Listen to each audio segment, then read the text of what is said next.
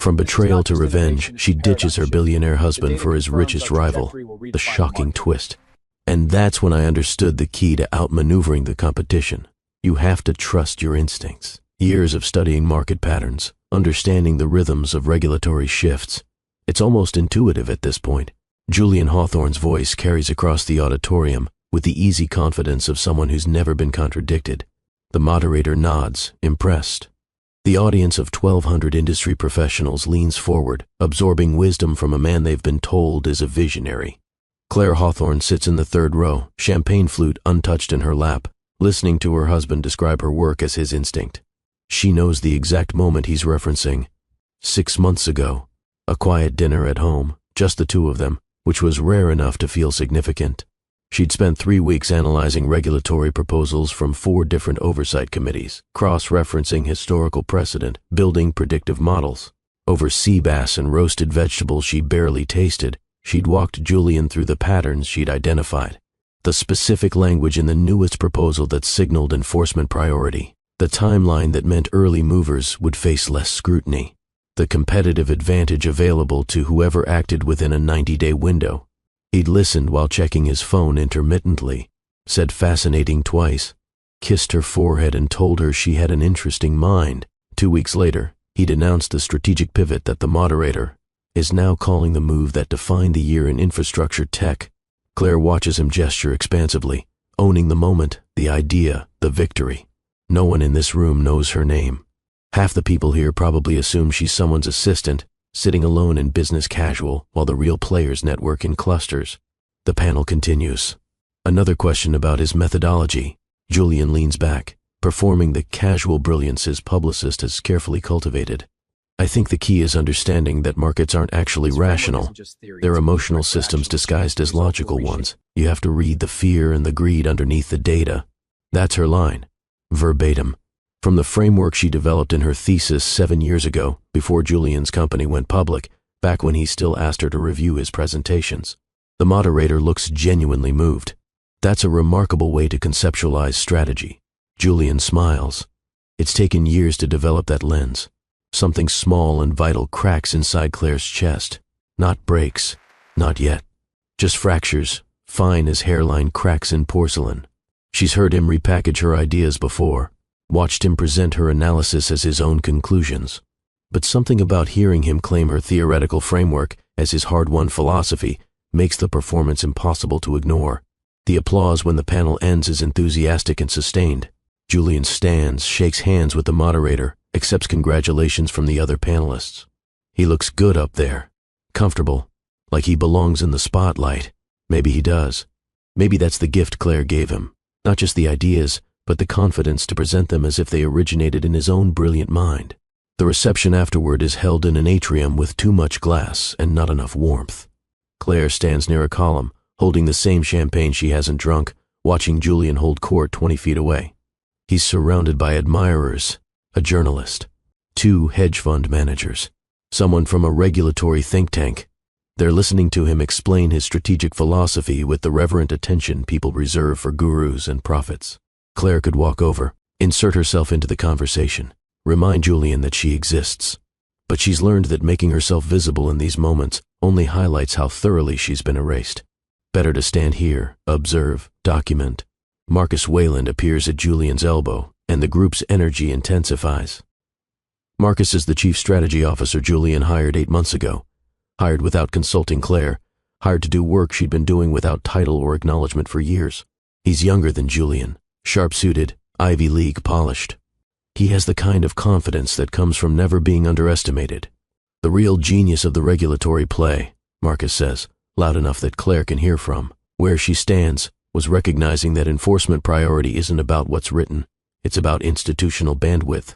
Institutional bandwidth. Claire's phrase, from the same analysis she'd given Julian over sea bass. Julian nods approvingly. Exactly.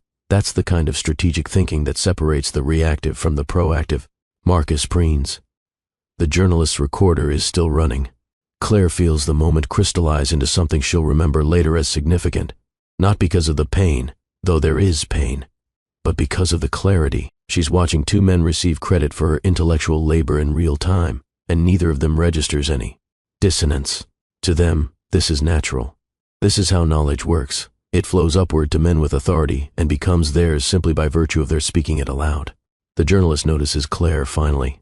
Her gaze flicks over, assessing, "And you must be so proud of your husband." Not a question, a script. The line Claire is supposed to confirm. She could do many things in this moment. She could smile and agree.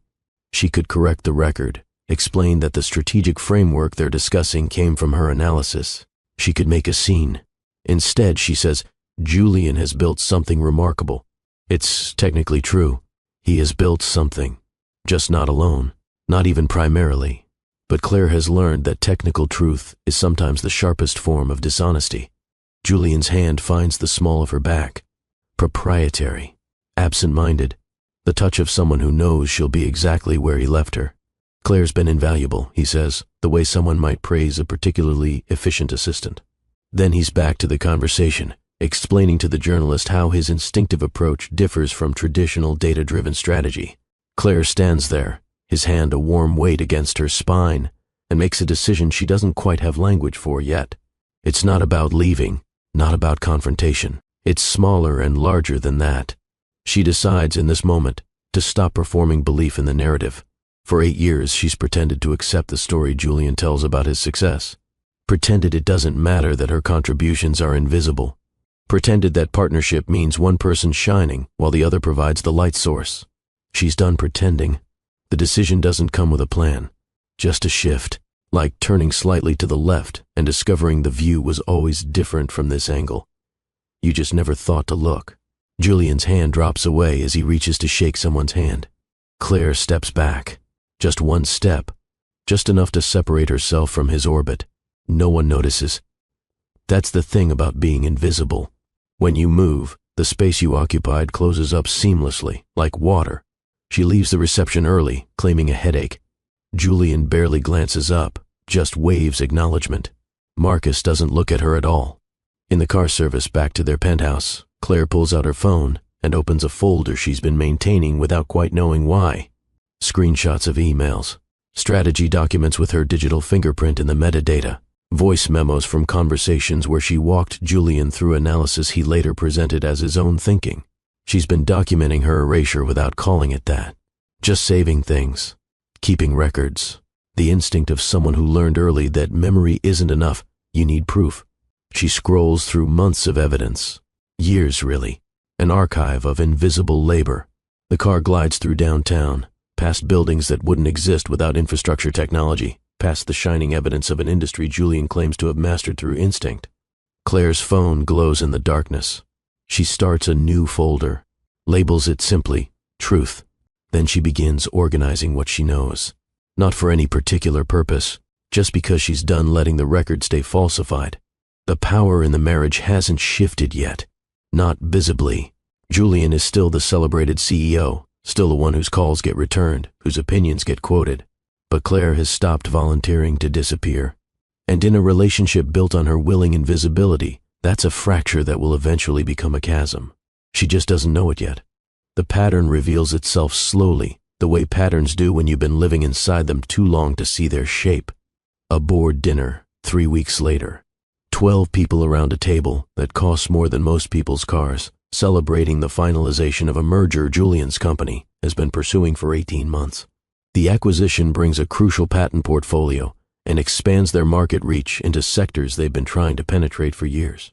Claire organized this dinner, not the catering. They have people for that. But the strategy of it. Which board members to seat near which executives from the acquired company. Who needs reassurance and who needs flattery. The emotional architecture that turns a business transaction into something that feels like inevitable destiny. She'd done the preliminary due diligence too, back when the acquisition was just an idea Julian mentioned in passing. Spent 6 weeks analyzing the target company's actual value versus their stated value, identifying which executives would be amenable to acquisition and which would need to be replaced, mapping the political landscape of their board. Her analysis became the foundation of Julian's pitch. He'd presented it so smoothly that even Claire almost believed he'd generated the insights himself. Now the deal is done, and the board is toasting Julian's vision. Marcus raises his glass with particular enthusiasm. To Julian, he says, for seeing the strategic value 18 months. ago when the rest of the market was underestimating their potential. 18 months ago, Claire had been the one to identify them as an acquisition target. She'd brought the idea to Julian over breakfast, casual enough that he probably doesn't remember it as her suggestion. Just an observation that lodged in his mind and later reemerged as his own strategic instinct. The board members echo the toast. Crystal against crystal, expensive wine catching the light. Claire raises her glass with everyone else, performs the role. Across the table, Victoria Langford is watching her. Victoria is the only board member who built her own fortune rather than inheriting or marrying into it. 72 years old, sharp as surgical steel, with a kind of gaze that suggests she sees more than people want her to. Their eyes meet. Victoria doesn't smile, but something shifts in her expression. Recognition, maybe, or assessment. The dinner continues. Conversation flows around Claire like water around a stone. She's present, but not participating. When someone asks her opinion on the wine selection, she provides it. When someone compliments her dress, she thanks them. But no one asks her about the merger. No one seeks her perspective on market strategy or competitive positioning. She is the CEO's wife, decorative, supportive, useful for filling a seat and making the gender ratio slightly less embarrassing. Julian is holding court at the far end of the table, explaining his approach to post-merger integration. It's a solid approach. It should be.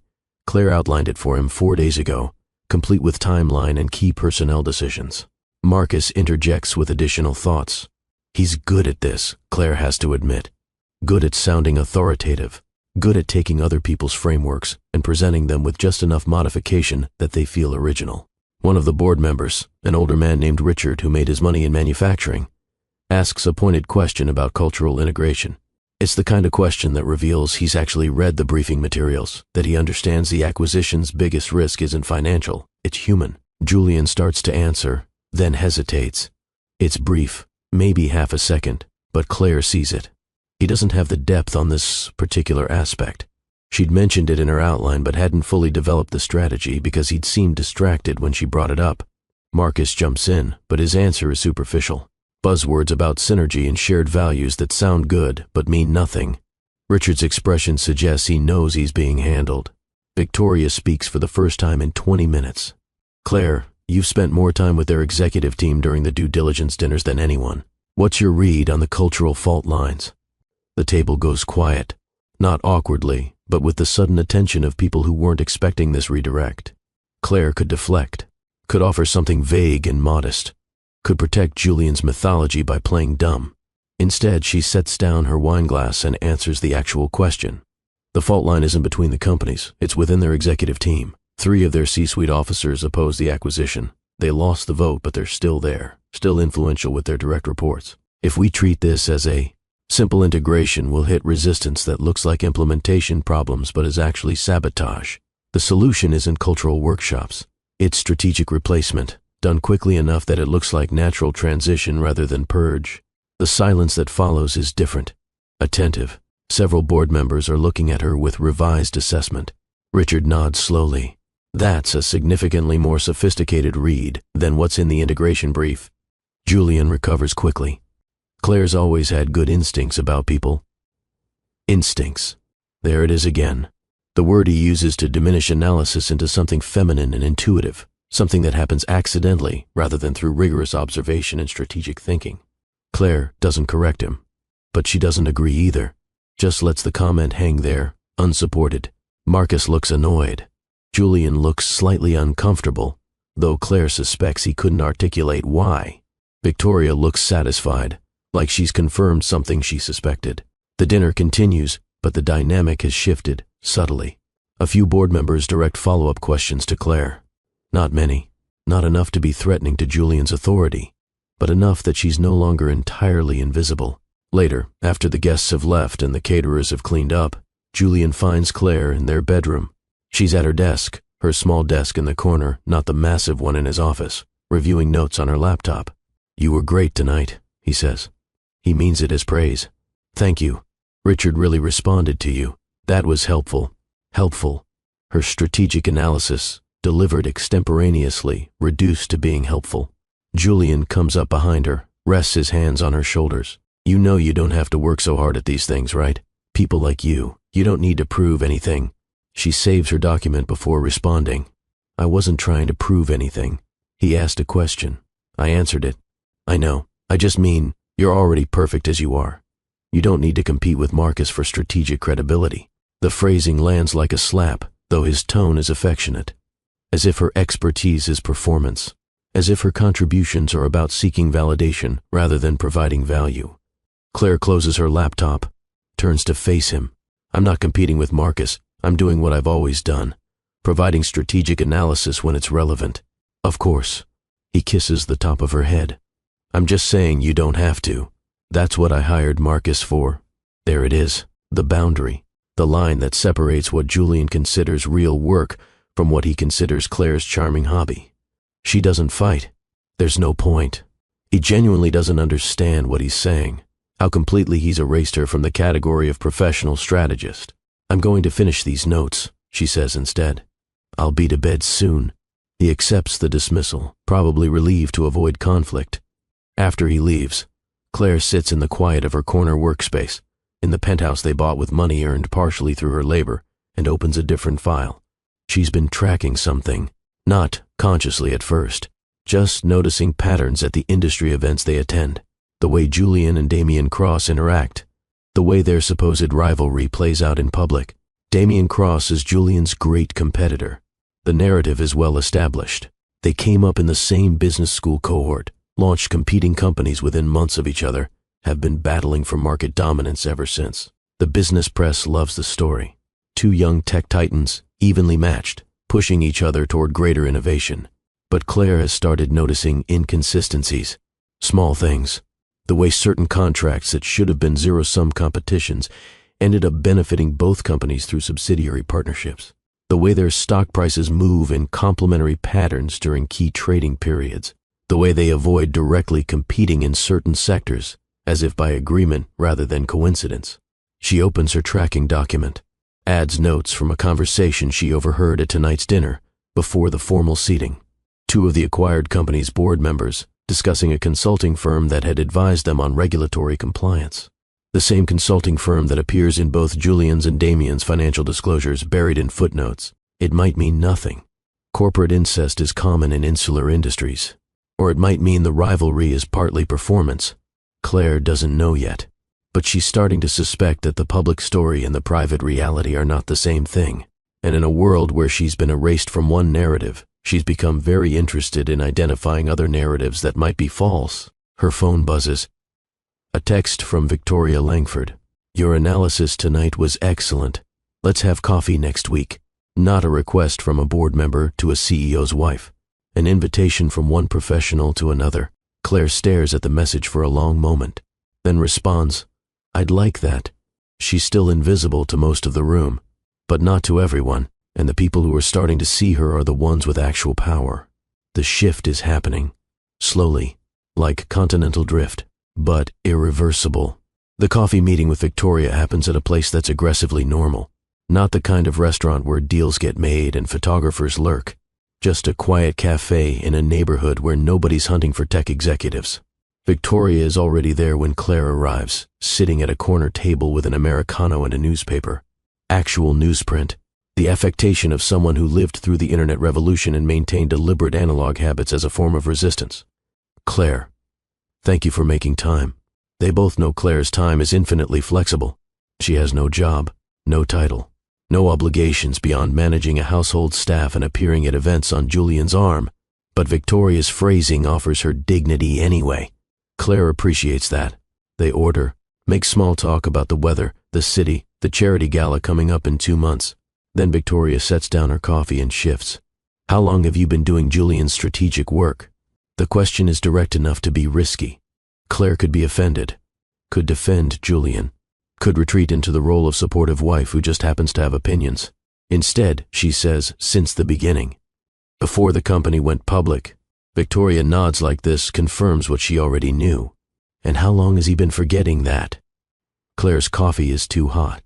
She holds the cup anyway, letting the heat anchor her. It happened gradually. At first he'd credit me in private. Then he'd mention my contributions but frame them as helpful observations. Then he started genuinely forgetting where the ideas originated. Now they're just his instincts. Narrative absorption, Victoria says. I've seen it before. Someone contributes consistently enough that their insights get metabolized into someone else's sense of their own genius. Eventually, the person absorbing the work genuinely believes they generated it. Is that supposed to be comforting? No. It's supposed to be diagnostic. Victoria leans forward. Julian isn't consciously stealing your work. He's unconsciously erased you from his understanding of how success gets built, which is worse, actually, because you can't fight unconscious erasure with evidence. He'll just reinterpret the evidence to fit his existing narrative. Claire has thought versions of this, but never heard someone else articulate it.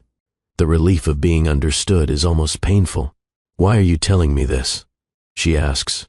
Because you're too intelligent to waste your entire life being someone's ghostwriter, and because the board is starting to notice the gap between Julian's public brilliance and his actual strategic depth. Marcus is competent, but he's not what Julian claims to be, which means either Julian is declining, or he never was what we thought, or there was always someone else doing the thinking. Exactly. Victoria drinks her coffee, studies Claire over the rim. What do you want? The question is so direct, it takes Claire a moment to process. What does she want? I want to stop being invisible, she says. I want credit for my work. I want to be valued as a strategist, not patronized as a supportive spouse. Do you want that within your marriage or outside it? Claire doesn't have an answer. Hasn't let herself think that far.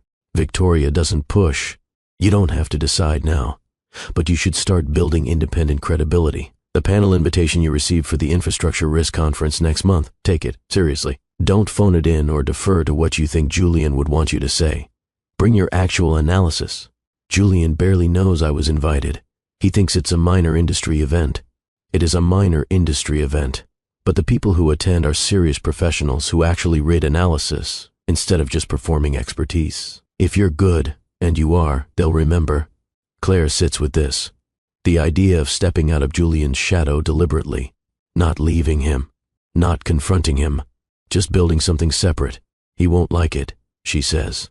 Probably not, but he also won't take it seriously until it's too late to dismiss. That's the advantage of being underestimated. You can build an entire foundation before anyone notices you're holding a blueprint. They finish their coffee, make plans to connect again after the conference. When they part on the sidewalk, Victoria grips Claire's hand firmly. You've been supporting his empire for years. It's time to remember you know how empires get built. Claire watches her walk away, this 72-year-old woman who built her own fortune and never apologized for taking up space. Then she goes home to the penthouse that doesn't feel like hers, sits at her small corner desk and starts preparing for the conference panel. Not the way she'd prepare remarks for Julian, the way she'd prepare if her own credibility was on the line. Because maybe it is. Maybe it finally is. The Infrastructure Risk Conference is exactly as minor as Julian assumed. 200 attendees, mostly mid-level analysts and consultants. One small ballroom in a hotel that's nice but not luxurious. Panels with titles like Regulatory Arbitrage and Fragmented Markets that make even Claire's eyes glaze over slightly. She's on a panel about strategic risk assessment. The other panelists are a former government regulator, a university professor who studies systemic risk, and a consultant from a firm Claire knows is mediocre but well-connected. The moderator introduces her as Claire Hawthorne, strategic advisor, not Julian's wife, not Mrs. Hawthorne, just her name and a title that's technically true even if it's never been formalized. The panel starts with softballs, theoretical questions about risk frameworks and assessment methodologies. The professor gives academic answers. The consultant gives corporate speak answers. The former regulator gives war stories disguised as analysis. Then, the moderator shifts. There's been significant M&A activity in the infrastructure tech sector recently. Claire, from a strategic risk perspective, what are acquirers consistently underestimating? Claire knows the moderator has done her homework, knows that Julian's company just completed a major acquisition. This is an invitation to provide insight, or a trap to make her sound like she's speaking for her husband's company. She chooses a third option. She tells the truth. Cultural resistance masquerading as implementation friction, she says. Most due diligence focuses on financial risk and regulatory exposure, but the highest failure rate in tech acquisitions comes from executive teams that never actually integrate. You get performative. Collaboration while key personnel quietly sabotage initiatives they didn't support. It looks like normal growing pains until suddenly you've lost 18 months and your best acquired talent has left for competitors. The moderator leans in. How do you identify that risk during due diligence? You don't rely on official conversations. You watch informal dynamics. Who sits with whom at social events? Who gets interrupted in meetings and who doesn't push back? Which executives copy each other on emails and which communicate through formal channels only? The real power map is never the same as the org chart. If you're acquiring based on the org chart, you're buying a fiction. She's not thinking about Julian's acquisition specifically. Or maybe she is. Maybe she's thinking about every acquisition she's analyzed, every pattern she's identified, every insight that got filtered through Julian's voice until it sounded like his own thinking. The audience is paying attention now. Real attention. Several people are taking notes. The professor tries to academicize her point, wrapping it in theory and citation. Claire doesn't contradict him, but she doesn't yield either. When the moderator follows up, she provides concrete examples, anonymized but specific enough to be useful. The consultant attempts to position his firm as expert in exactly this kind of cultural due diligence. Claire lets him talk, then quietly notes that most consulting firms optimize for telling clients what they want to hear rather than what they need to know. It's the kind of comment that could make enemies, but she delivers it calmly, as observable fact rather than attack. The panel runs 20 minutes over because the questions keep coming. Afterward, people approach Claire directly, not to network with Julian's wife, to continue the conversation with someone who clearly knows what she's talking about. A woman from a mid-sized investment firm asks if Claire consults independently. Claire has business cards. She'd ordered them 2 weeks ago, simple and professional, just her name and email. She hands one over. "I'm starting to," she says, which is true as of this moment. A podcaster who covers infrastructure markets asks if she'd be willing to be interviewed about risk assessment frameworks. Claire agrees before she can second-guess herself. The former regulator, a man named Tom Chen who spent 15 years at the FTC, tells her, "That was the most honest strategic analysis I've heard at one of these conferences in a decade. Most people are just selling something." "I'm not selling anything," Claire says. "I'm just describing what I see. That's why it was effective." She leaves the conference with a folder full of business cards, 3 consulting inquiries, and the strange, destabilizing feeling of being seen clearly by strangers while remaining invisible to the person she shares a bed with. On the drive home, her phone buzzes. A text from Julian. "How was your panel?" She stares at the message. He's asking out of politeness, probably, or because he remembered at the last minute that she was speaking today. He won't want details. Won't want to hear how it went beyond a superficial summary. She types, "It went well. Good questions from the audience."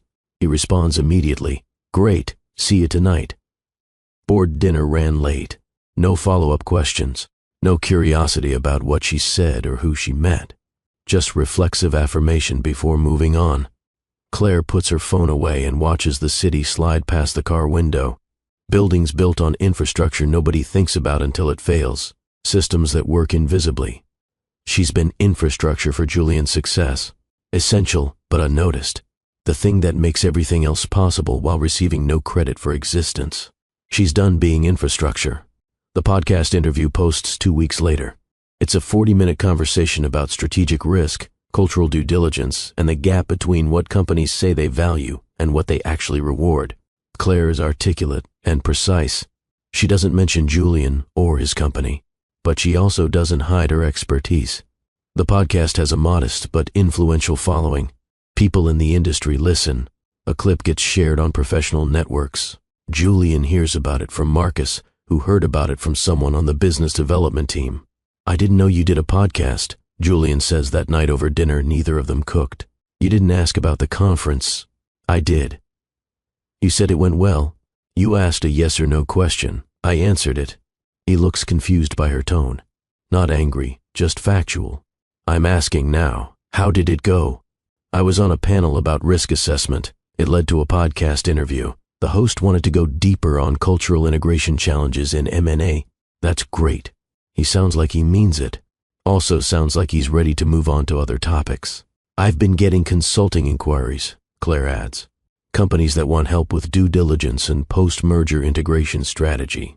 Now she has his full attention. Consulting? Like paid consulting?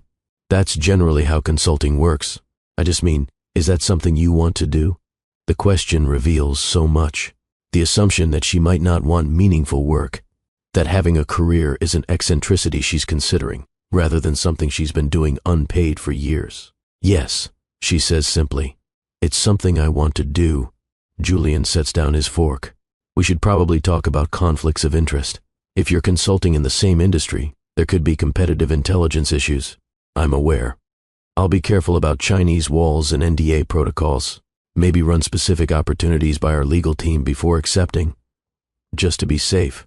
Our legal team. His legal team, really. The lawyers who protect his company's interests. Claire could argue. Could point out that she's been handling sensitive strategic information for years without incident. Could note that he trusts Marcus, an external hire, with competitive intelligence but not his own wife. Instead, she says, I'll be appropriately cautious. It's not agreement, just acknowledgement. But Julian hears what he wants to hear. I think it's great you're exploring this, he says, warming to the idea now that he's established boundaries. It'll be good for you to have your own projects. Your own projects. Like a hobby. Like something to fill time between his actual important work. Claire doesn't correct him. She's learning that there's power in being underestimated. When people think you're dabbling, they don't bother monitoring what you're actually building. The consulting inquiries turn into actual engagements. Small at first. A 2-week due diligence review for a private equity firm. A cultural assessment for a company considering a merger. The work is intellectually rigorous and personally satisfying in ways Claire had forgotten work could be. Her clients value her, listen to her recommendations, implement her frameworks, pay her rates that reflect expertise rather than charitable support of a bored spouse. She's careful about conflicts, doesn't touch anything directly competitive with Julian's company, maintains strict confidentiality, but she's building something, a reputation, a portfolio, evidence, that she's a strategist in her own right, not just the invisible support system for someone else's career. Julian doesn't pay much attention. He's distracted with his own challenges. The acquisition isn't integrating as smoothly as projected. Exactly the cultural resistance Claire predicted is manifesting, though no one's calling it that. They're calling it transition friction and adjustment period challenges. Marcus is handling it poorly, treating symptoms instead of addressing root causes. The board is starting to ask pointed questions. Claire watches from her position of deliberate invisibility. She could help, could offer the analysis that would clarify what's actually happening, could save Julian months of expensive mistakes. She chooses not to, not out of spite, out of clarity. She's done volunteering her expertise to people who've forgotten to value it. Instead, she focuses on her own clients, her own work, her own growing credibility in spaces that have nothing to do with Julian. She starts attending industry events differently, not as Julian's wife, there to make him look good. As Claire Hawthorne, strategic consultant, people approach her directly now, ask her opinion, remember her name, including Damian Cross. She notices him before he approaches. They're at a regulatory policy forum, the kind of event that draws people who actually care about infrastructure legislation rather than just networking. Claire is between sessions, reviewing notes for a client project, when a voice behind her says, "You're becoming hard to ignore." She turns. Damian Cross looks exactly like his press photos, sharp features, expensive suit, the kind of presence that suggests he's used to being the most interesting person in any room. But his expression isn't performative, just observant. I wasn't aware I was trying to be noticed, Claire says. That's what makes it effective.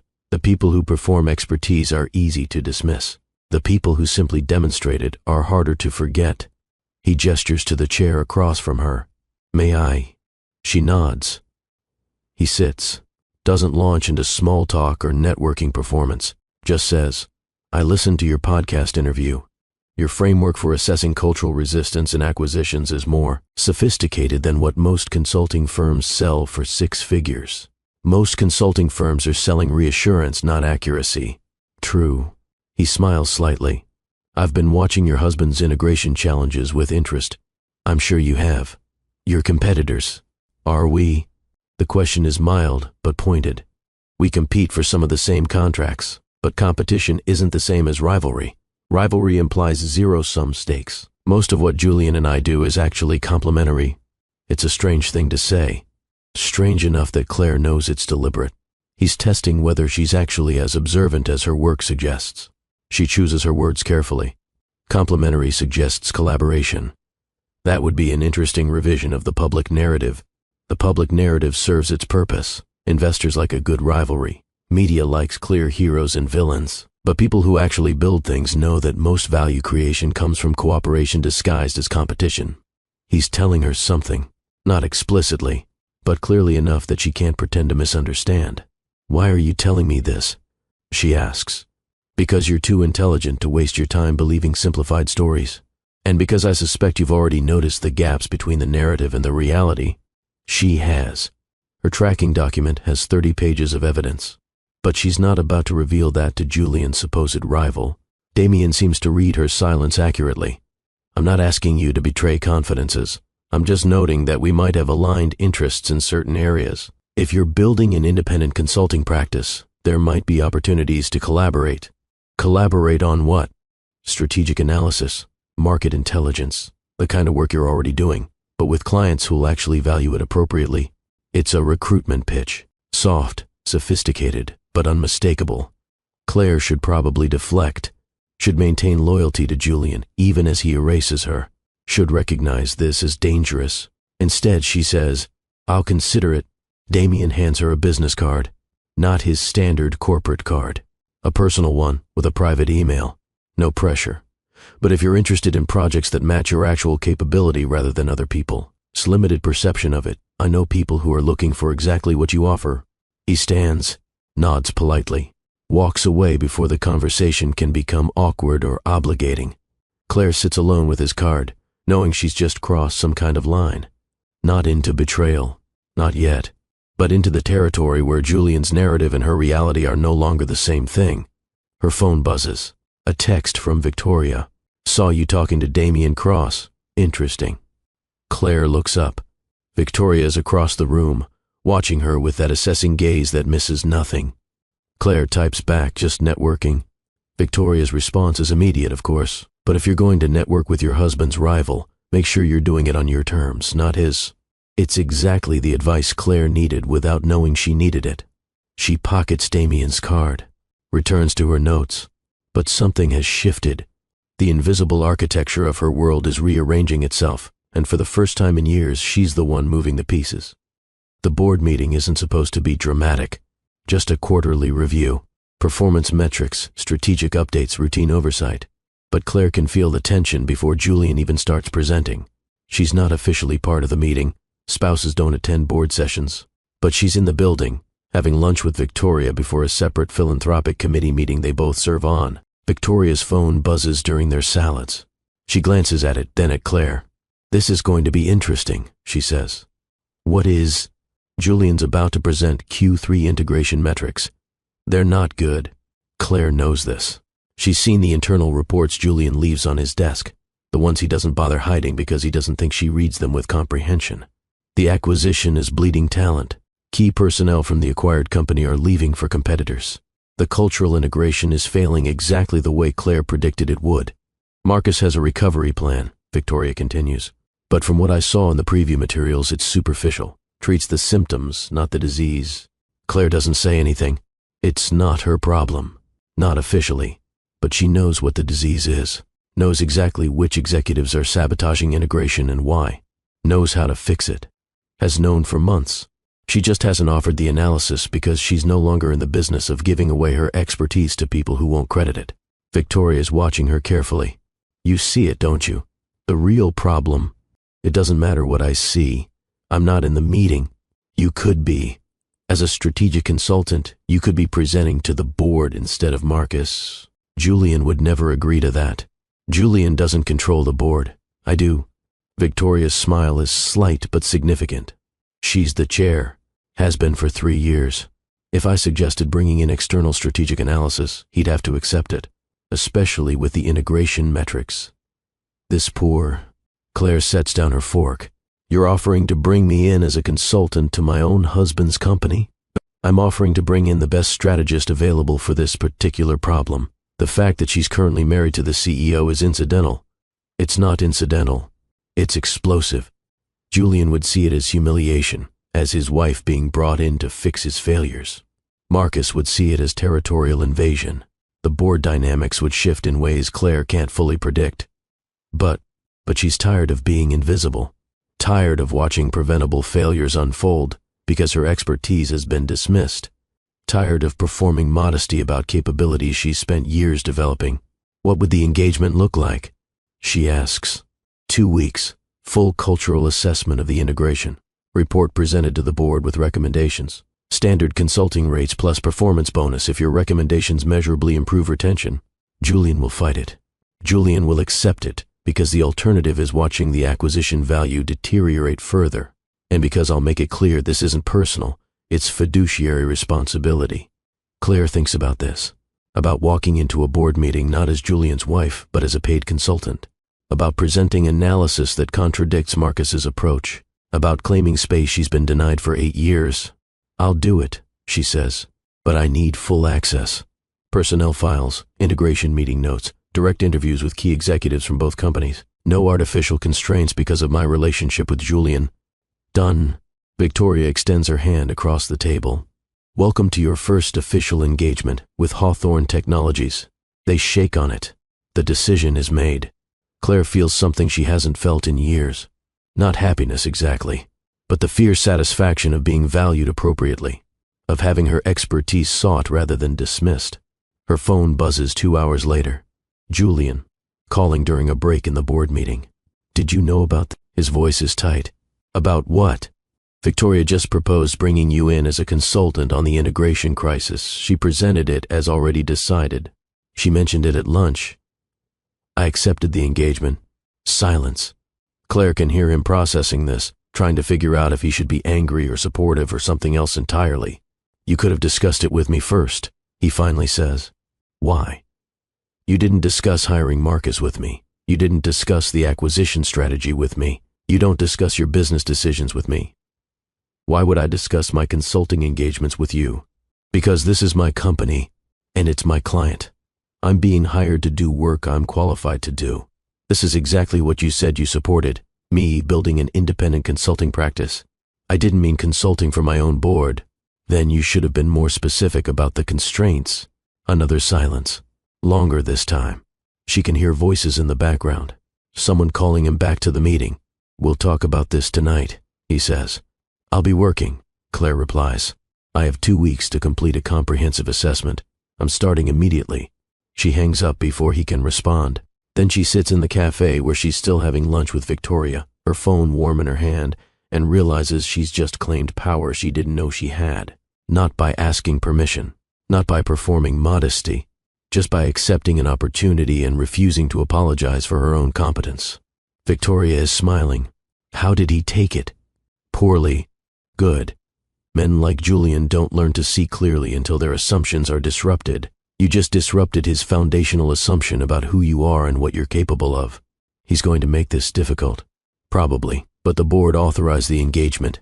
He can be uncomfortable, but he can't stop it. And if your analysis is as good as I think it will be, he'll have to acknowledge it. Claire isn't sure about that last part. Julian has proven remarkably skilled at not acknowledging things that contradict his preferred narrative. But for the first time, she doesn't need his acknowledgement. She has the board's authorization. She has a formal contract. She has standing. She's not invisible anymore. And the shift in power that creates is seismic, even if most people don't feel the tremor yet. She's about to walk into Julian's company not as his wife, but as the expert brought in to fix what he and Marcus broke. And she's going to do it with receipts, analysis, and the calm authority of someone who's been underestimated for far too long. The performance is over. The truth is about to become unavoidable. Claire spends the first 3 days of her consulting engagement doing what she's always done. Watching, listening, reading the room. But this time, people know she's watching. They know she's been hired by the board. They know her observations will become official recommendations that could determine their future with the company. It changes everything. She starts with the personnel files, not the sanitized versions HR provides to outside consultants, but the full files Victoria ensures she has access to. Performance reviews, internal communications, the unvarnished record of who said what to whom and when. The pattern is immediately visible to anyone looking carefully. 3 executives from the acquired company opposed the merger from the beginning. They lost the internal vote, but remained in leadership positions because Julian wanted to project continuity and collaboration. They've been systematically undermining integration ever since. Not dramatically, just small acts of resistance that accumulate into structural failure. Delayed responses to integration communications, scheduling conflicts that prevent joint planning sessions, subtle contradictions in all-hands meetings that signal to their teams that the new leadership isn't trustworthy. It's sophisticated sabotage, the kind that looks like normal friction until you map the pattern. Claire maps the pattern, builds a visual network analysis showing communication flows, decision bottlenecks, informal power structures, the real organization versus the official one. It's damning and beautiful in its clarity. She schedules interviews with key personnel from both companies. Not confrontational sessions, just conversations. She asks about their experience with the integration, their concerns about the future, their assessment of leadership effectiveness. People tell her things they haven't told Marcus or Julian, partially because she asks better questions, partially because she listens like their answers matter, but mostly because they sense she already knows the truth and is simply giving them permission to confirm it. A director of operations from the acquired company tells her, "We were told this would be a partnership of equals, but every decision gets overridden by the parent company executives. We're not being integrated. We're being absorbed." A team lead from Julian's original company admits, "Half of us don't understand why we needed this acquisition. We were doing fine without them. Now we're dealing with their dysfunction and it's slowing everything down." The acquired company's former CFO, who stayed on in a diminished role, looks exhausted. "3 of our best people left last month. They didn't leave because of the acquisition. They left because of how it's being managed, or not managed." Claire takes notes, records nothing without permission, maintains strict confidentiality about who said what, but she's building a comprehensive picture that contradicts everything Marcus has been telling the board. On day 6, she requests a meeting with Marcus to review his integration strategy. He agrees with obvious reluctance. They meet in a conference room that's aggressively neutral. Glass walls, ergonomic chairs, a screen for presentations nobody's prepared. Marcus arrives with a defensive posture barely disguised as professional courtesy. "I understand you're doing some kind of cultural assessment," he says. Not hostile, but not welcoming either. "The board asked me to evaluate why the integration isn't meeting projections. That includes reviewing existing strategies. My strategy is sound. The challenges we're facing are normal for acquisitions of this scale." Claire opens her laptop, pulls up a chart showing retention rates for comparable acquisitions in their industry. The normal range for post-merger executive retention at 18 months is 60 to 75%. You're at 42%. That's not normal friction, that's structural failure. Marcus's jaw tightens. "We've had some unexpected departures, but the core team is solid." The core team from which company? Because if you break down retention by origin company, a different picture emerges. You've retained 88% of original Hawthorne Technologies executives and only 31% of acquired company leadership. That's not integration, that's conquest. We retained the executives who were aligned with our strategic vision. You retained the executives who didn't push back. There's a difference. The air in the room shifts. This isn't a collaborative review anymore. This is a challenge to Marcus's competence, delivered calmly but unmistakably. "With respect," Marcus says, and Claire knows anything following that phrase will be disrespectful. "You're analyzing this from the outside. You don't understand the day-to-day complexity of managing 2 organizational cultures. You're right that I'm analyzing from the outside. That's why I see things you've missed, like the fact that 3 executives are actively sabotaging integration, and you've been treating their resistance as good faith cultural difference." She pulls up her network analysis, shows him the communication patterns, the bottlenecks, the informal coalition working against integration. Marcus studies the visualization. His expression hardens. "How did you get access to internal communication data?" "The board authorized full access to all relevant materials." "This is relevant. This is a privacy violation. This is pattern analysis of professional communications on company systems. Nothing here is personal or privileged. It's just evidence of what's actually happening versus what you've been reporting." Marcus closes her laptop, not aggressively, but firmly. A power move disguised as ending an unproductive conversation. "I'll be interested to see what you present to the board. I'm sure it will be very theoretical. It will be very specific, with recommendations for immediate personnel changes and structural reorganization. The board hired me to solve a problem, not to validate your approach. The board hired you because Victoria Langford has some kind of mentorship fantasy about Julian's wife playing consultant. This is political, not professional. There it is. The dismissal Claire knew was coming. Not an engagement with her analysis, but an attack on her legitimacy. She could defend herself, could point out her qualifications, her track record, her growing roster of satisfied clients. Instead, she says, I guess we'll see what the board thinks when they review both our assessments. Mine will have data. What will yours have? She leaves before he can respond, walks out of the conference room with her laptop and her analysis and the quiet satisfaction of having exposed his defensiveness. In the hallway, she nearly collides with Julian. He looks stressed, more stressed than she's seen him in months. We need to talk. I'm working. Schedule time with my assistant if you need a meeting. It's a deliberate provocation. She doesn't have an assistant, but the phrasing asserts professional boundaries he's not used to respecting. Claire, I'm serious. She stops, waits. Julian glances around, aware they're in his own building where anyone might overhear. This is becoming a problem. Marcus is upset. The integration team is confused about who's actually leading the strategy. You're creating chaos. I'm creating clarity. There's chaos because the integration is failing, and no one's been willing to say so directly. You're undermining my chief strategy officer. I'm correcting his mistakes. If his strategy was sound, there'd be nothing to undermine. Julian runs a hand through his hair. It's a gesture she knows. Frustration he can't quite express. Why are you doing this? The question is so fundamentally disconnected from reality that Claire almost laughs. I'm doing the job the board hired me to do. Why are you treating that as an attack? Because you're my wife. Because this makes it look like I can't manage my own company without you fixing my problems. And there it is. The real issue. Not that her analysis is wrong, not that Marcus's strategy is failing, but that Claire's competence makes Julian uncomfortable. I've been fixing your problems for 8 years, she says quietly. The only difference now is that I'm getting paid for it and credited by name. That's not fair. No, it's not. But it's accurate. Someone exits an office down the hall. They both fall silent, performing normalcy until the person passes. When they're alone again, Julian's voice is lower. What do you want from me? I want you to let me do my job without treating my competence as a personal betrayal. I want you to consider the possibility that I might be right and Marcus might be wrong. And I want you to stop being more concerned with how this looks than whether it's solving the actual problem. I built this company. We built this company. You just forgot the we part. She walks away before the conversation can deteriorate further, before she says things that can't be unsaid, before the hurt underneath her anger becomes visible. She has 6 days left to complete her assessment. 6 days to build a presentation that will force the board to see what Julian has been denying. She doesn't waste them on arguments. The remaining interviews reveal more of the same pattern. Good people leaving because they don't trust leadership.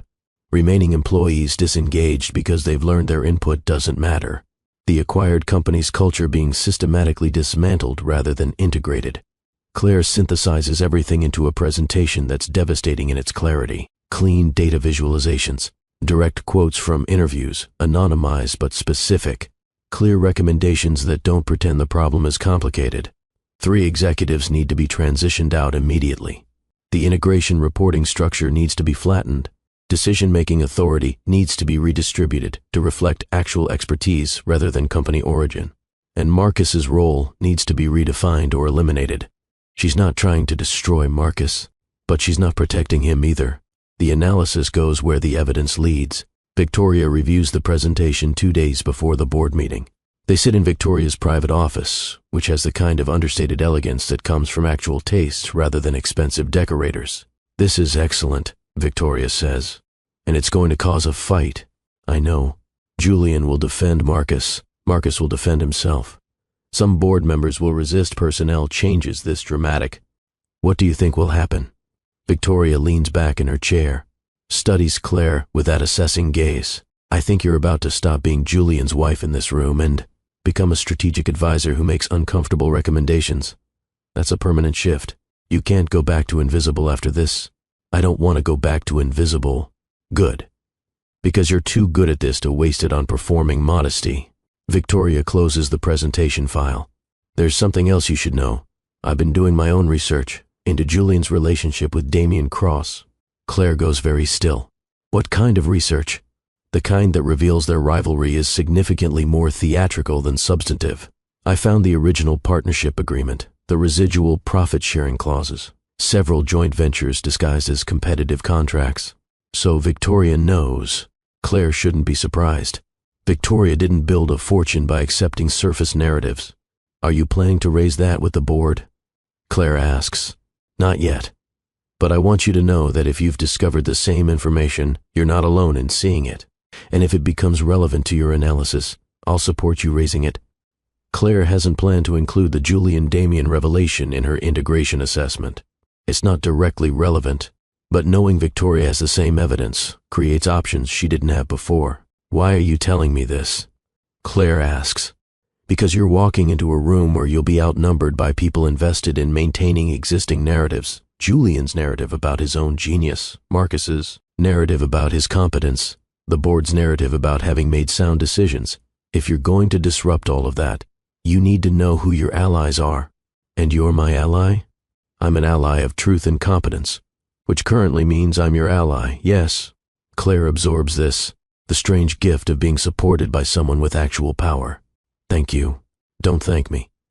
Just present your analysis without apology. Let the evidence speak. And don't let Julian's discomfort make you retreat from what you know to be true. The board meeting is scheduled for Thursday morning. Claire spends Wednesday night in a hotel room rather than going home. She tells Julian it's because she needs to focus without distraction. That's partially true, but it's also because she can't perform being his wife the night before she presents analysis that contradicts his judgment.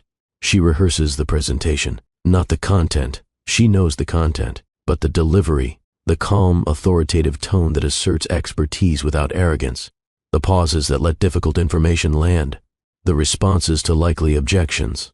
She sleeps poorly, wakes early, dresses in a suit that's professional and expensive and entirely her own choice, not styled by someone else.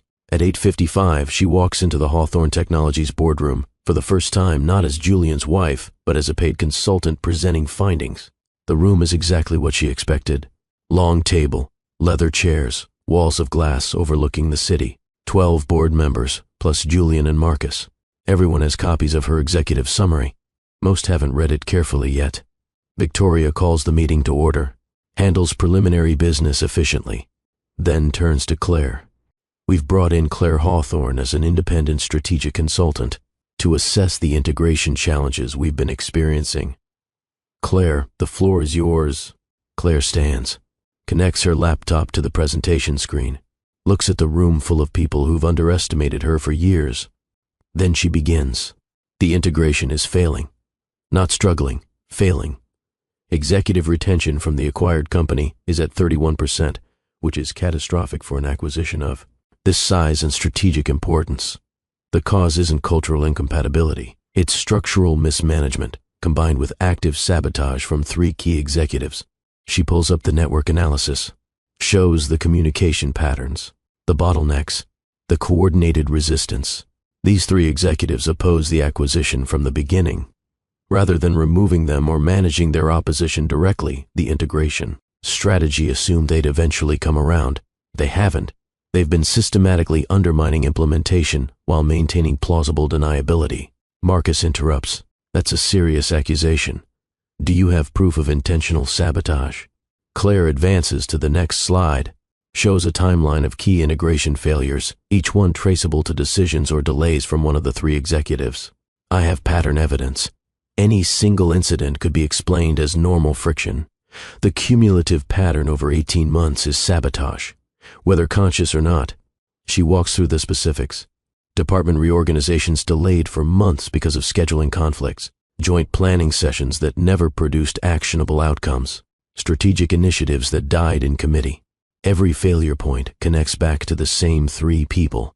Board members are taking notes now, asking clarifying questions.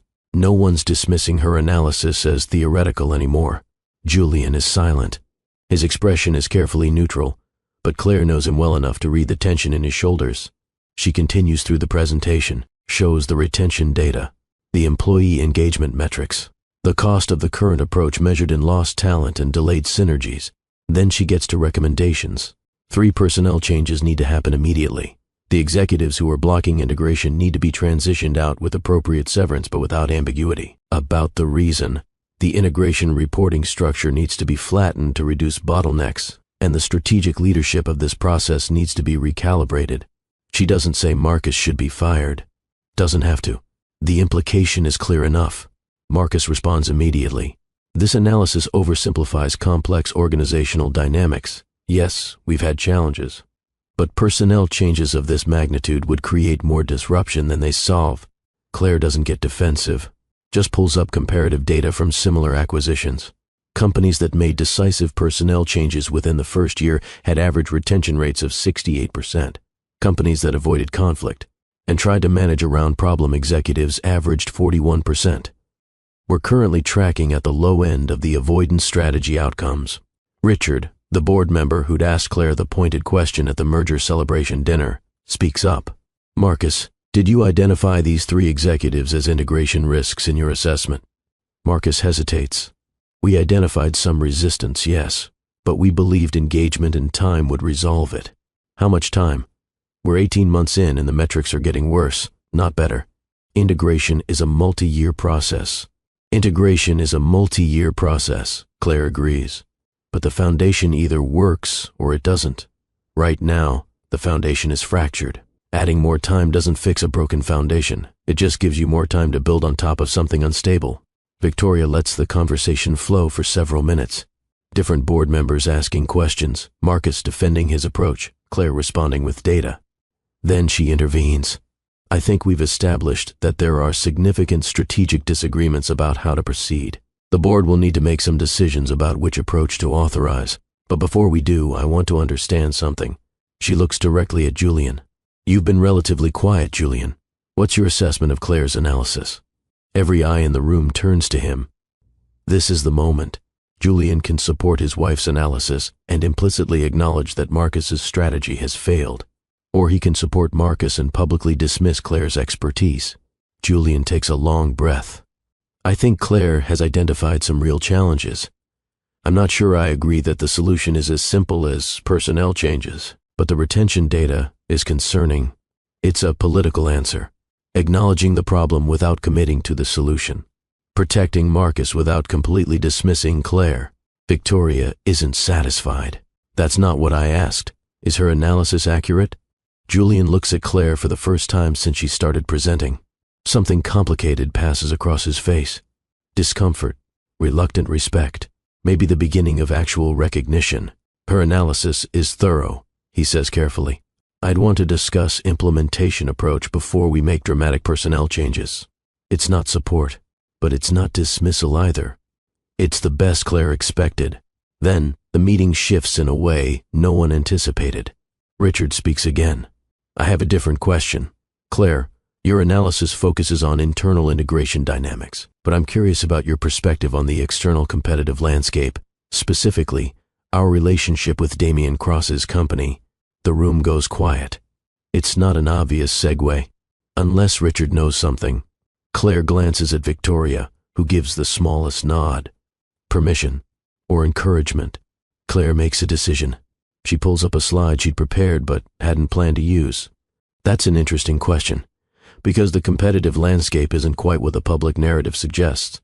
She displays the 12-year-old partnership agreement, shows the residual profit-sharing clauses, outlines the pattern of supposedly competitive contracts that actually benefited both companies. Julian's company and Damien Cross's company have had a financial relationship for over a decade. The rivalry that drives media coverage and investor interest is real in some dimensions, but significantly exaggerated in others. Several major contracts presented as competitive victories actually include subsidiary partnerships that benefit both companies. The silence is absolute. Marcus looks blindsided. Several board members look confused. Julian has gone very still. Why are you bringing this up? Julian's voice is quiet, controlled, but with an edge underneath. Because understanding the actual competitive dynamics affects how we evaluate strategic decisions. The acquisition we're discussing was positioned as a move against Damien Cross's market position. But if the rivalry is partially manufactured, then the strategic rationale for the acquisition needs to be reassessed. Richard leans forward. Are you saying the acquisition was unnecessary? I'm saying the acquisition may have been pursued for reasons that weren't fully disclosed to the board. The cultural integration is failing partially because the strategic rationale was unclear from the beginning. You can't integrate two companies effectively if you're not honest about why you're combining them. Julian stands abruptly. This is completely inappropriate. You're supposed to be assessing integration challenges, not making accusations about strategic transparency. I'm not making accusations. I'm presenting evidence that's relevant to understanding why the integration isn't working. If the board approved an acquisition based on incomplete information about competitive dynamics, that's material. Victoria's expression is unreadable. Julian, did the board have full information about your financial relationship with Damien Cross when we approved this acquisition? We disclosed everything legally required. That's not what I asked. The tension in the room is thick enough to cut. Julian looks at Marcus, who looks equally uncomfortable. Neither of them has a good answer. Claire remains standing, her presentation still on the screen, the evidence displayed for everyone to see. She's just done something irreversible, not just contradicted Marcus's strategy, exposed the foundation of Julian's public mythology. Victoria lets the silence extend, then says, I think we need to take a break. 30 minutes. Then we'll reconvene to discuss both the integration strategy and these new questions about competitive dynamics and disclosure. People file out. Claire gathers her materials, aware of the glances and whispers. Board members processing what just happened. Marcus looking furious. Julian looking betrayed and exposed. Victoria approaches Claire in the emptying room. That was brave. That was necessary. Same thing, sometimes. Victoria touches her shoulder briefly. Stay close. This is about to get complicated. Claire nods. She knows. She's just detonated her marriage and possibly Julian's relationship with his board. Not out of revenge, out of clarity, out of refusal to let false narratives continue defining reality. She steps into the hallway. Julian is there, waiting. His face is a composition of emotions she's never seen directed at her before. Anger, hurt, something that might be fear. What the hell are you doing? His voice is low but shaking. I'm telling the truth. Something you stopped doing so long ago you've forgotten what it looks like. You just humiliated me in front of my own board. I presented evidence. If you feel humiliated, that's because you've been lying, not to me, to them, to investors, to yourself. The partnership with Damien is complex. You don't understand the context. Then explain the context. Explain why you let everyone believe you were rivals when you were actually collaborating. Explain why you pursued an acquisition, positioned as competitive strategy when the competition was partly theater. Explain why you've built your entire public image on a narrative that's half fiction. Julian doesn't have an explanation, or can't articulate one that doesn't confirm what she's saying. You've destroyed us, he says finally. You know that, right? Whatever we had, you just burned it down in there. Claire feels the weight of that. The end of something that was already ending but now can't be denied. You destroyed us years ago, Julian. You just didn't notice because I kept pretending the rubble was a house. She walks away, leaves him standing in the hallway of the company she helped him build, finally seeing her clearly but far too late for it to matter. When the board reconvenes, the dynamic has completely shifted. Victoria opens with a clear statement. We have two issues to address. First, the integration strategy and personnel decisions. Second, questions about disclosure and competitive dynamics. Let's handle them in order. The vote on Claire's integration recommendations is 9-3 in favor. 3 executives will be transitioned out. The integration structure will be reorganized, and Marcus's role will be redefined with significantly reduced authority. Julian votes against the recommendations. So does Marcus, in the advisory capacity he has. But they're outnumbered. Then Victoria turns to the disclosure question. Julian, I need you to provide full documentation of your financial relationship with Damien Cross's company within 10 days. The board needs to assess whether we had adequate information to make informed decisions about acquisition strategy. It's not a firing, not yet, but it's a public loss of trust, a fracture in Julian's authority that can't be repaired with charisma or charm. The meeting adjourns. Claire is thanked formally for her work. Several board members approach her afterward with additional consulting inquiries. Richard tells her, that took courage. The analysis was excellent, but the willingness to present difficult truths is rarer than expertise. She accepts the compliments professionally, but she's numb underneath. She's just ended her marriage, even if the paperwork hasn't been filed yet. She's just exposed her husband's duplicity to his own board. She's just chosen truth over loyalty, visibility over safety. It's the right choice. She knows that. But it still costs something. She leaves the building without seeing Julian again, gets in her car, drives to the hotel where she's been staying, sits in the parking lot for 20 minutes, processing what just happened. Her phone buzzes. A text from an unknown number. I heard about the board meeting. That was extraordinary. If you're interested in that conversation we discussed, I'm available. Damien. She stares at the message. Damien Cross, reaching out at the exact moment she's detonated her relationship with Julian. It should feel predatory. Instead, it feels like recognition, like someone who understands exactly what she just did and values it. She doesn't respond immediately, needs time to think, to process, to figure out who she is when she's not performing being Julian's wife. But she saves the number, doesn't delete the message, because for the first time in years, she's not sure what happens next. And that uncertainty feels more like freedom than fear. The story doesn't end with the board meeting. That would be too simple. Too much like a movie where justice arrives in a single dramatic scene and everyone lives happily after. Real life is messier. Real power shifts take time to settle. The next 3 months are strange and difficult and occasionally exhilarating. Julian moves out of the penthouse without much discussion.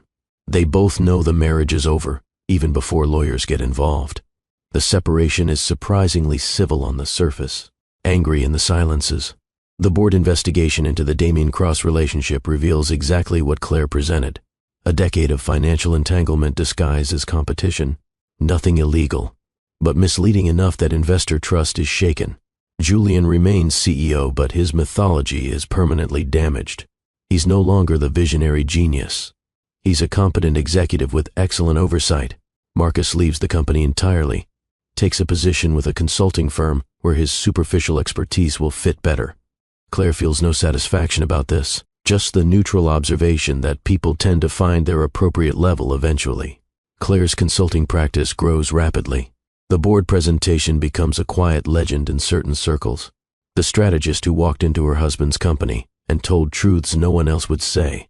She gets inquiries from major firms, private equity groups, companies facing integration challenges. Her rates triple. Her calendar fills months in advance.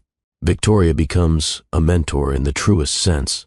Not someone who gives advice, but someone who opens doors and then expects Claire to walk through them competently. Several board positions, speaking engagements, introductions to the kind of power players who can recognize expertise when they see it. And Damien Cross becomes something Claire didn't expect. Not a romance, not at first. A partnership.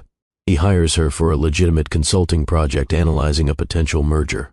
Her work is excellent. He implements her recommendations. They start talking regularly, not about business, but about the industry, about strategy, about the gap between public narratives and private realities. He's brilliant in ways Julian never was. Intellectually curious, willing to be challenged, interested in collaboration rather than just validation. When he asks her opinion, he actually listens to the answer. 3 months after the board meeting, he takes her to dinner. Not a client dinner, an actual date, acknowledged as such. They sit in a restaurant that's beautiful without being showy, and he says, "I need to be direct about something. I'm interested in you. Not as a consultant, though you're excellent at that. As a person, but I don't want to be the rebound from your marriage or the next powerful man you attach yourself to. If we do this, it has to be actual partnership." Claire appreciates the directness. "I don't want to attach myself to anyone. I spent 8 years being absorbed into someone else's identity. I'm done with that." "Good. So what do you want?" It's the same question Victoria asked, the question Julian never thought to ask. "I want to build something that's actually mine. I want partnerships that multiply both people, instead of draining one to fuel the other. I want to be visible without apology, and I want to be with someone who values my intelligence as much as my loyalty." Damien nods. "I can work with that. They don't rush into anything. Don't perform a romance for the media or the industry gossip. Just slowly build something that feels sustainable and mutual." The awards ceremony happens on a Thursday evening in early autumn. Claire has been nominated for Strategic Innovator of the Year by an industry association she respects. The nomination recognizes a decade of work, finally properly attributed. She doesn't expect to win. The category includes names with more public visibility, more traditional credentials. But when they call her name, the room rises. Victoria is applauding with genuine pride. Board members from 3 different companies she's consulted for are applauding. Damien is applauding with the quiet satisfaction of someone who knew this was inevitable. Julian is there too. She'd seen his name on the attendee list. He's at a table near the back, applauding mechanically, his face carefully neutral. Claire takes the stage, accepts the award, looks out at a room full of people who finally see her clearly. Her speech is brief. She doesn't waste time on false modesty or generic thank yous. For years I believed that being needed was the same as being valued. I thought making myself useful was how I earned the right to belong. I was wrong. You don't earn dignity. You claim it. And if the people around you can't see you clearly, that's not a reflection of your worth. It's a failure of their vision. She thanks the people who saw her when she was invisible, who asked her opinion when everyone else assumed she had nothing to offer, who gave her opportunities to prove what she already knew about herself. The greatest power I ever discovered wasn't the power to make someone need me. It was the power to know my own value, regardless of whether anyone else acknowledged it. I hope that's what you remember from this. Not my story specifically, but the permission to write your own. The applause is sustained and genuine. She leaves the stage with the award in her hand, physical proof of something she no longer needs proven. At the reception afterward, Julian approaches. First time they've spoken directly since the separation agreement was finalized. "You deserve that," he says. His voice is quiet, honest, in a way it hasn't been in years. "I know," Claire replies. "Not cruel, just factual. Did you ever love me, or was I always just a project?" She considers the question, decides he's earned an honest answer. "I loved you desperately. That was the problem. I loved you so much I forgot to love myself." "You didn't force that on me, Julian. I chose it. But then I chose differently." He nods, processing this. "For what it's worth, I'm sorry I didn't see you. I know you are. But apologies don't rewrite history. They just acknowledge it." He accepts this, leaves without drama or extended goodbye, just the quiet end of something that had already ended months ago. Damien appears at her elbow, 2 glasses of champagne in hand. "How does it feel?" "Visible," she says, then smiles. "Strange. Good. You could have destroyed him, you know, during the board meeting. You had enough information. That was never the goal. I didn't need him destroyed. I needed the truth told. And now I build something that's actually mine." He touches his glass to hers. The clink is soft and clear. "I'm looking forward to seeing what that looks like." So is she. For the first time in years, her future isn't defined by someone else's vision or limited by their inability to see her clearly. It's hers to architect, hers to build, hers to claim without apology or permission. She was devoted to someone who erased her. Now she's devoted to truth, to visibility, to the radical act of taking up space and refusing to apologize for her own competence. The award in her hand is heavy and cool. Evidence of expertise she no longer needs validated, but is grateful to have acknowledged.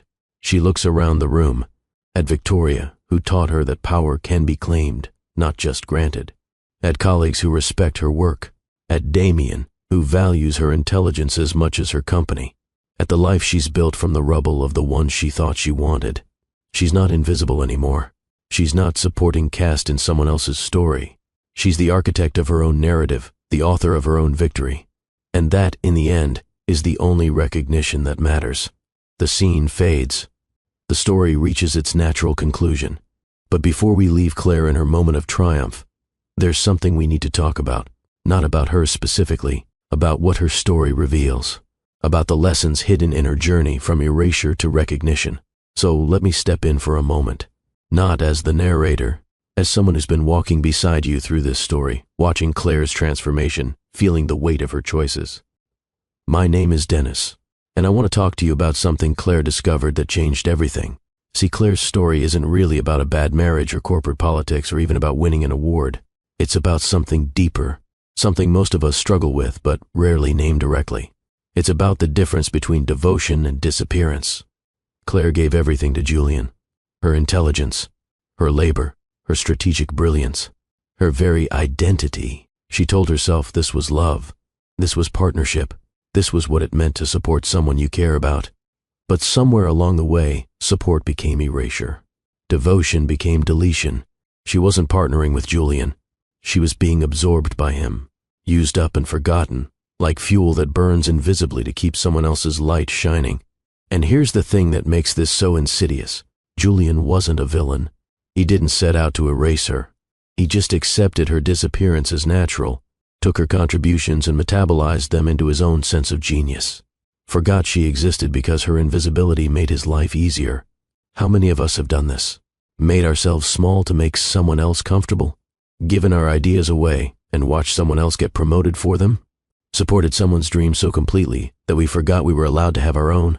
Claire's power came from a source most people overlook: information asymmetry. She saw what others missed because they dismissed her as decorative. She understood the real story because everyone assumed she wasn't paying attention. She gathered evidence of her own erasure while the people erasing her forgot she was literate enough to read what was happening. Being underestimated gave her access. Being invisible gave her freedom to observe without interference. And when she finally chose to speak, she had receipts. Not emotional appeals, not demands for recognition, just evidence. Truth that couldn't be dismissed because it was documented and undeniable. But here's what I need you to understand. Claire's victory wasn't the board meeting, wasn't exposing Julian's lies or getting Marcus fired or even winning the award. Her victory was the moment she decided to stop performing belief in a narrative she knew was false. That moment in the reception, when she heard Julian claim her analysis as his instinct and decided quietly that she was done pretending. That was when everything changed. Not when she confronted him, not when she presented to the board, but when she chose internally to stop collaborating in her own erasure. That's the power available to all of us, not the power to make someone see us, but the power to stop requiring their vision to know our own worth. If you're watching this and you see yourself in Claire's story, if you've been the one holding everything together while someone else takes the bows, if you've given your brilliance away and watched someone else wear it like a crown, I want you to hear this clearly. Your contributions matter. Your intelligence matters. Your voice matters. You are not supporting cast in someone else's story. You are the author of your own.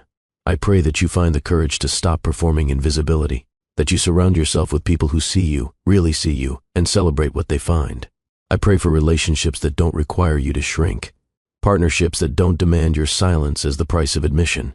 May you have the wisdom to know the difference between patience and erasure, the strength to speak truth even when it costs you comfort, and the clarity to walk away from anyone who confuses your devotion with permission to diminish you.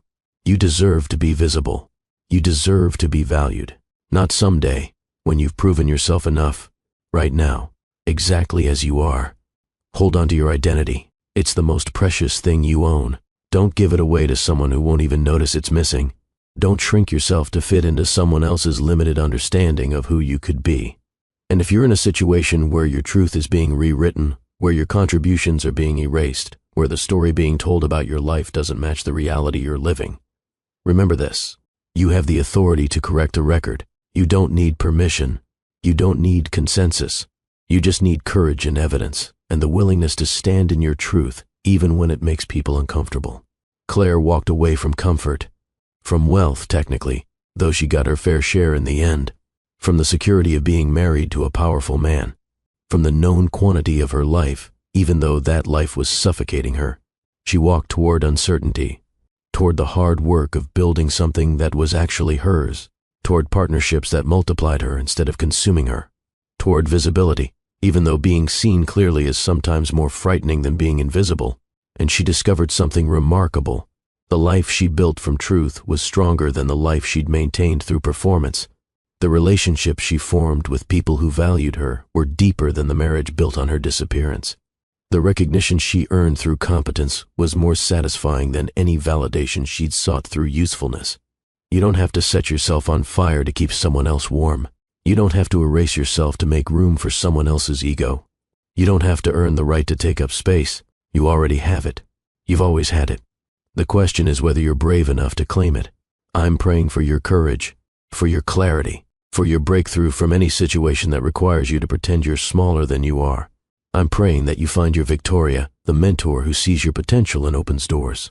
I'm praying that you find your Damien, the partner who values your mind as much as your loyalty. I'm praying that you discover your own voice, the one you've been silencing to make other people comfortable. Most of all, I'm praying that you know your worth, not because someone else finally acknowledged it, but because you decided once and for all that your value isn't up for debate. Claire's story is extraordinary, but the truth underneath it is universal. We all have the power to write our own narratives, to correct false stories, to step out of the shadows and claim the recognition we've earned.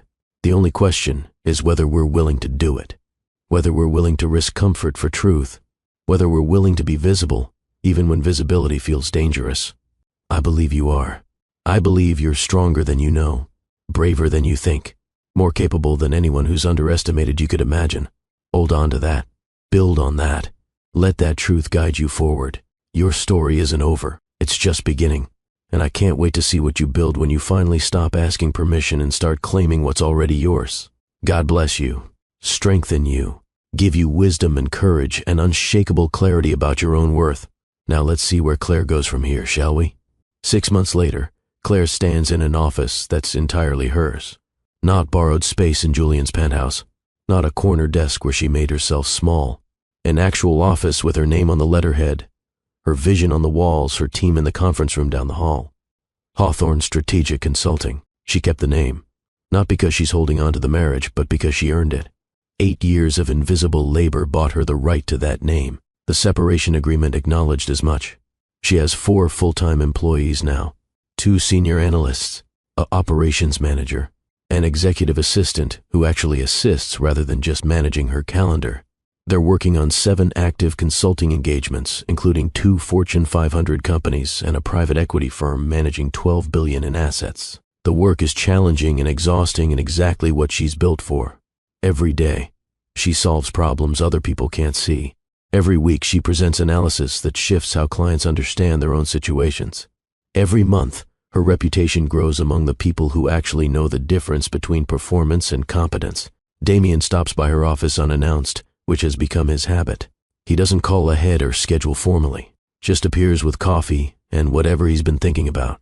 I have a proposition, he says, settling into the chair across from her desk. Professional or personal? Both, actually. My company is considering a major acquisition. I want to hire you for the due diligence, full cultural assessment, integration strategy, the whole thing. But I also want you to consider joining my board. Claire sets down her pen. Your board? You're already consulting for 3 companies whose boards you should be on, mine included. You have strategic insight most board members lack, and I trust you to tell me the truth even when it's uncomfortable, especially when it's uncomfortable. People will say, I only got the position because we're together. People said you only got consulting work because of who you were married to. Then you prove them wrong. Let them talk. Your work speaks for itself. He's right. She knows he's right. But the invitation still feels significant. Not charity, not romance disguised as professional opportunity, actual recognition of expertise. I'll need to think about it, she says. Board service is a serious commitment. Take your time, but Claire, you've spent enough of your life being qualified for things you weren't invited to. When the invitation comes, you're allowed to say yes. After he leaves, she sits in her office, looking out at the city, thinking about the journey from that reception where Julian claimed her work to this moment where she's being asked to join a corporate board based on her own reputation. The transformation still feels surreal sometimes. Not the external markers of success, though those are satisfying, but the internal shift, the way she moves through the world now. Visible, unapologetic, valued. Her phone buzzes.